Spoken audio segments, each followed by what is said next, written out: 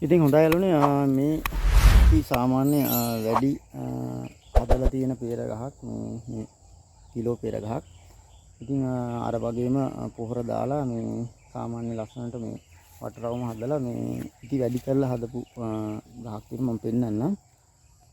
මේ තියෙන්නේ මේ පැලේ මුලට බලා ගන්න පුළුවන් මේ සාමාන්‍ය ලොකු යනවා ඉති ගොඩක් මෙහෙම ඇවිල්ලා තියෙනවා රිකිලි ගොඩක් මේක දාලා තියෙනවා. ඉතින් රිකිලි වැඩි වෙන තරමට තමයි මල් ගොඩක් එන්නේ. මේකේ අපි ගත්තාම මම මේකේ වීඩියෝ එකක් අරන් ඉන්නම් වලට මේ ඉති අයින් වෙන්න ඕනේ. මොකද මේ ගහට හොඳට අවුව වටනොත් තමයි මේ ගහේ පළදාව වැඩි වෙන්නේ. ඉතින් මේ ටික මම කපන එක ගැන කියන්නේ කප්පදු කරන එක ගැන අනිවාර්යෙන්ම මේ වීඩියෝ එකක් අරන් ඉන්න. අනිවාර්යෙන් page එක follow කරලා තියාගන්න යාළුවන්ට බලන්න share කරන්න මේ අනිවාර්යෙන් ඉස්සරහට වීඩියෝ අරන් එනවා. තවත් වීඩියෝ දාන්නම් peer සම්බන්ධයෙන්.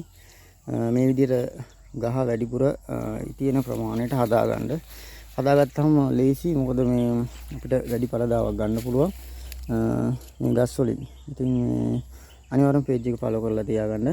මේ වීඩියෝ එක හොඳ නම් share කරන්න.